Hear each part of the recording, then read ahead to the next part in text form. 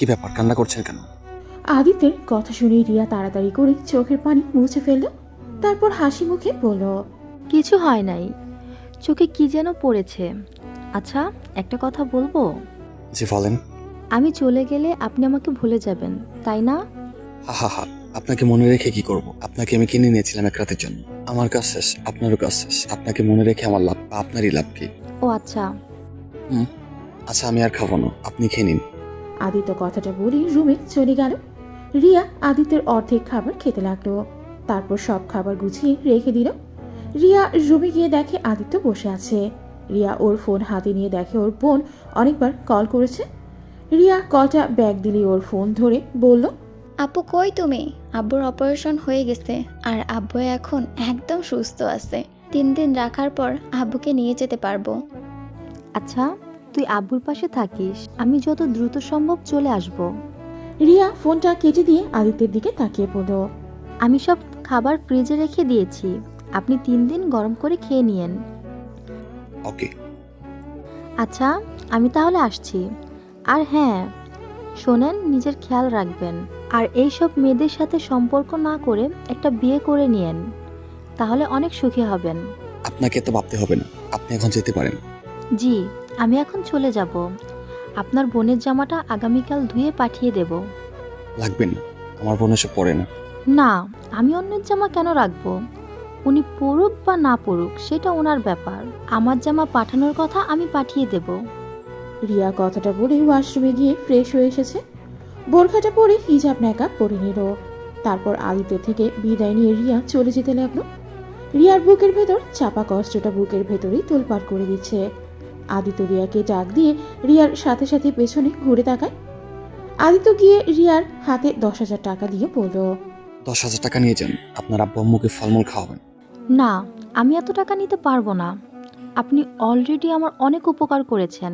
এই ঋণ আমি কোনোদিন হয়তো শোধ করতে পারবো কিনা জানি না। যাই হোক, ভালো থাকবেন।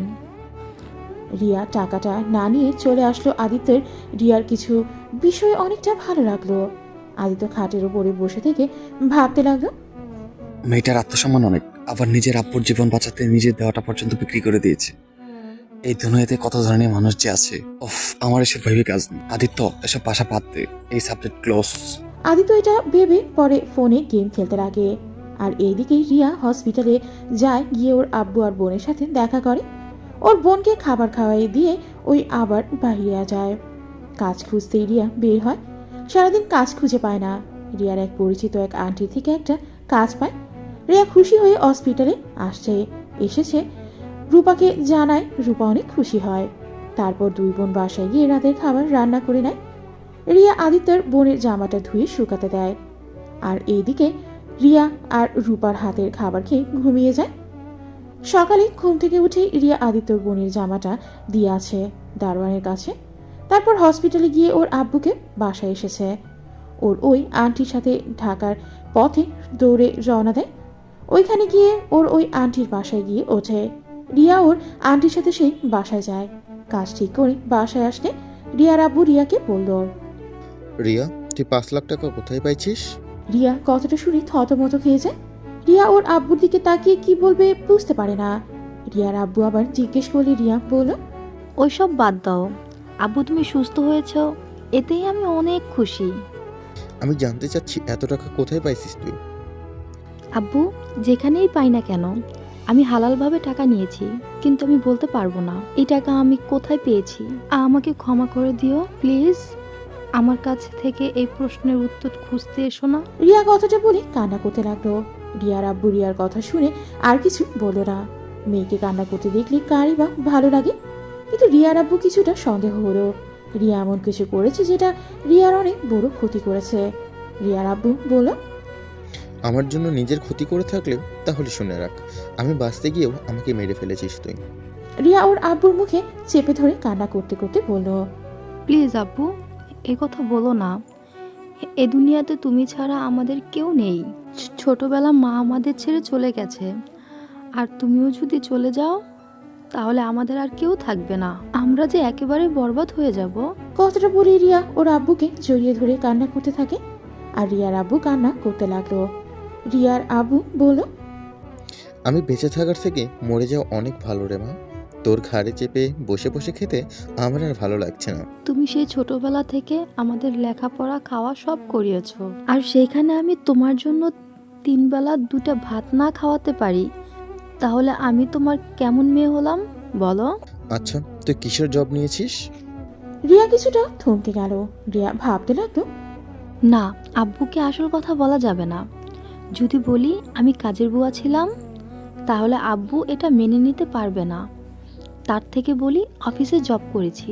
রিয়াকে ভাবতে দেখে ওর আব্বু আবার জিজ্ঞেস করলে রিয়া বলল, ওই তো আব্বু, অফিসের কাজ, বসে থেকে কাজ করতে হবে। যাক, শুনে ভালো লাগলো। সাবধানে থাকিস মা। হ্যাঁ আব্বু। আপু, তোমাকে খালা ডাকছে। খালাকে বলে আসছি, আর তুই আব্বুর সাথে থাক। আচ্ছা আপু। রিয়া উঠে ওর খালার কাছে গেল। রিয়া গিয়ে বলল, খালা, আমাকে আপনি ডাকছিলেন? হ্যাঁ রে মারিয়া, তোর জন্য একটা খারাপ খবর আছে। কি খবর খালা? যেখানে চাকরিটা ঠিক করে আসলাম না, তারা কিছুক্ষণ আগে আমাকে বললো তোকে নাকি চাকরিতে রাখতে পারবে না। ওরা নাকি অন্য কাজের মেয়ে রেখে দিয়েছে। এইটা কোনো কথা হলো? তাহলে এখন কেন বললো না? কি আর বলবো, বড় লোকের ব্যাপার, বোঝা মুশকিল। যাই হোক, তুই চিন্তা করিস না। যতদিন একটা কাজ না পাস, আমার বাড়িতেই থাক। এইভাবে এখন চাকরি কোথায় পাবো? ও হ্যাঁ, আমি যেখানে কাজ করি সেখানে রান্নার জন্য একটা কাজের বুয়া লাগবে। এই রিয়া, তোর হাতের রান্না তো অনেক সুন্দর, তাহলে তুই ওইখানে কাজ করলে তো অনেক ভালো হবে। আর তুই তো রান্না করতেও অনেকটা ভালোবাসিস। এমন চাকরি পেলে তো অনেক ভালো হতো। তাহলে তুমি একটু দেখো। আচ্ছা, তুই আমার সাথেই চল। এখন? হ্যাঁ এখন চল। রিয়া ওর খালার সাথে চলে গেল। ওইখানে গিয়ে রিয়াকে দেখে সবার অনেক পছন্দ হয়ে যায়। রিয়া রাতের রান্নাটাই করলো। রিয়া রান্নার ঘ্রাণ পেয়ে সবাই তো এক এক করে টেবিলে এসেছে, বসে পড়লো। রিয়া এক এক করে সব খাবার গুছিয়ে টেবিলের উপরে সাজিয়ে রাখলো। সবাই খাবার খেতে লাগলো। খাবার খাওয়া শেষে হাত চেটেপুটে খেয়ে নিল সবাই। সালেহা চৌধুরী বলল, বাহ, তোমার হাতে জাদু আছে। তোমাকে চাকরিতে নিয়েই নিলাম, কিন্তু সমস্যা একটাই, যে তোমাকে 3 বেলা রান্না করতে হবে। কিন্তু তুমি থাকো কোথায়? জি, আমি তো রহিমা খালার বাসায় থাকি। ও আচ্ছা, তুমি আজ থেকে আমাদের এখানেই থাকবে, কারণ আমি চাচ্ছি আমার পার্সোনাল একটা কাজের মেয়ে, যে সব দিকে খেয়াল রাখবে আর আমার সাথে থাকবে। আসলে ম্যাম, আমার বাসায় তো আমার অসুস্থ বাবা আর ছোট বোন আছে। ওদের রেখে আমি এখানে কিভাবে থাকবো? ওদের রেখে তো কোনোদিন থাকি নাই আমি। ও, কিন্তু আমার তো 24 ঘন্টার একটা মেয়ে দরকার। তোমাকে আমার অনেক ভালো লেগেছে। ম্যাম, আপনি চিন্তা করবেন না। রিয়া আগামীকাল থেকে আপনার সাথেই থাকবে। আজকে ওকে যেতে দেন। রিয়া কিছু বলতে যাবে, রহিমা আন্টি ওকে কিছু বলতে দিল না। রিয়া আর কিছু বলল না। তারপর সবাইকে খাওয়া শেষ হলে রহিমা আন্টি থালা বাসনগুলো নিয়ে ধুতে চলে গেল। রিয়া তার পেছন পেছনে গিয়ে বলল, খালা, এটা কি করলে? যা করেছি ভালোই করেছি। তুই বাসায় চল, আমি তোকে বুঝিয়ে বলবো নি। কথাটা বলেই রহিমা খালা সব ধুয়ে মুছে রেখে দিল।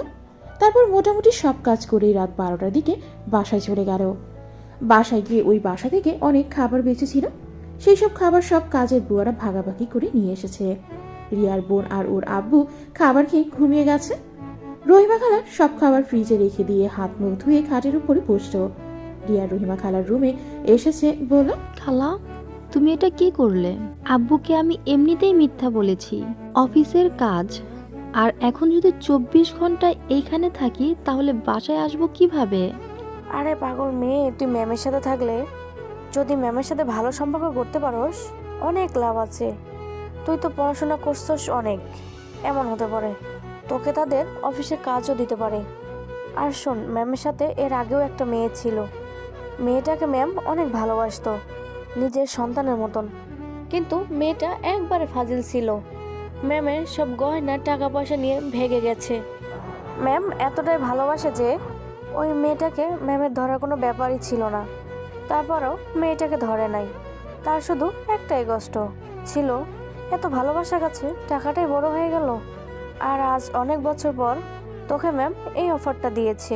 কিন্তু আব্বুকে আর রূপাকে রেখে যাব কিভাবে? আরে চিন্তা করিস না, আমি তো আছি। আর ওরা দুজন এখানেই থাকবে। আমার মেয়ে হয়ে রূপা আমার কাছেই থাকবে। সপ্তাহের পর পর এসে দেখা করে যাবি। আর রূপা দেখা করতে যাবে। আর রূপা তো অনেক বড় হয়ে গেছে, আর রান্না করতে পারে। ওই তোর থেকে তোর আব্বুর খেয়াল ভালোই রাখতে পারে। তা ঠিক। আব্বুকে কিভাবে বোঝাবো সেটা বলো। ওইটা নিয়ে তোকে ভাবতে হবে না, ওটা আমি দেখে নেব। আচ্ছা যা, ঘুমাগা, অনেক রাত হয়ে গেছে, 6টার আগে যেতে হবে কিন্তু। আচ্ছা, তুমিও তাহলে ঘুমাও। রিয়া ওর বোনের সাথে ঘুমিয়ে গেল। সকাল 5টায় উঠে নামাজ পড়ে রান্না শেষ করে রিয়া চলে গেল। চৌধুরী বাড়িতে গিয়ে দুজন কাজে লেগে যায়। রান্না করে রিয়া রেডি করে ফেলে। সালেহা চৌধুরী নামাজ পড়ে কোরআন পড়ে ঘুমিয়ে যায়। 10টার আগে রিয়া সব রান্না শেষ করে ফেলে। তারপর সবার জন্য চা বসিয়ে সবার রুমে এক এক করে দিয়ে আসে। সালেহা চৌধুরী রুমে ঢুকতে দেখতেই সালেহা চৌধুরী আছোয়া হয়ে বসে আছে। রিয়া দরজার সামনে নক করে বলল, ম্যাম আসবো? হ্যাঁ, এসেছো?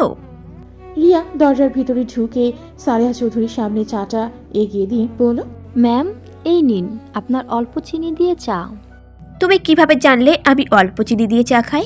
রহিমা খালা আমাকে সব বলেছেন। ও আচ্ছা, তোমার কাজ কি শেষ? জি ম্যাম, আমার সব কাজ শেষ।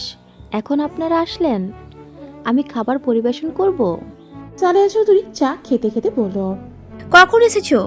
কখন এসেছো? আর তুমি কি ভাবলে আমার সাথে থাকবে নাকি শুধু রান্না করে চলে যাবে? জি, আপনার সাথে থাকবো, কিন্তু ম্যাম আমাকে সপ্তাহে সপ্তাহে আমার বোন আর আব্বুকে দেখতে যেতে দিতে হবে। আচ্ছা, সমস্যা নেই। তা তোমার ছোট বোন কোন ক্লাসে পড়ে? জি, ওই উঠবে। ওকে ভেবেছি এখন ভালো একটা স্কুলে ভর্তি করাবো। ও আচ্ছা, ওর কোনো কিছুতে সাহায্য লাগলে আমাকে বলো। জি আচ্ছা, আমি কি এখন যাব? আচ্ছা, যাও। রিয়া রুম থেকে বের হয়ে ভাবতে লাগলো, ব্যাপার কি, এই মহিলা আমার প্রতি এত ভালোবাসা কেন দেখাচ্ছে? যেখানে আমাকে প্রথম দিন দেখে সেইখানে একবার এত বড় ধোঁকা খেয়েছে, তারপরও আমার প্রতি তার এত বেশি ভালোবাসা দেখা যাচ্ছে কেন? রিয়া কথাগুলো ভাবতে ভাবতে হাঁটতে লাগলো। হঠাৎ করে রিয়া কারোর সাথে ধাক্কা খায়। রিয়ার সাথে সাথে পড়ে যায়। রিয়া সামনের দিকে তাকাতে তাকাতে বলল, সরি সরি সরি, আমি বুঝতে পারি নাই। কথাটা বলে রিয়ার সামনে থাকা ব্যক্তির দিকে তাকাতে রিয়া দেখে ওর রহিমা খালা। এই তুই কোন দিকে মন দিয়ে হাসছস? আর আমার কোমরটায় ভাঙবি নাকি? রিয়া উঠে রহিমা খালাকে তুলতে তুলতে বলল, তুমি এখানে কেন? সবাইকে ডাকতে এসেছি। ও আচ্ছা, আমি বলেছি তারা 40 মিনিট পর সবাই আসবে, তুমি আমার সাথে চলো। রিয়া রহিমাকে ধরে নিয়ে যেতে লাগলো। দুইজন ড্রয়িং রুমে গিয়ে সবকিছু গোছাতে লাগলো। গোছানো শেষ হলে সবাই এক এক করে চলে আসতো। রিয়া আর রহিমা আর কয়েকটা বুয়া মিলে সবাইকে খেতে দিল। সবাই খাবার খাওয়া শেষ করে ড্রয়িং রুমে বসে গল্প করতে লাগলো। রিয়া সালেহা চৌধুরীর কাছে দাঁড়িয়ে আছে। সালেহা চৌধুরী রিয়াকে বলল,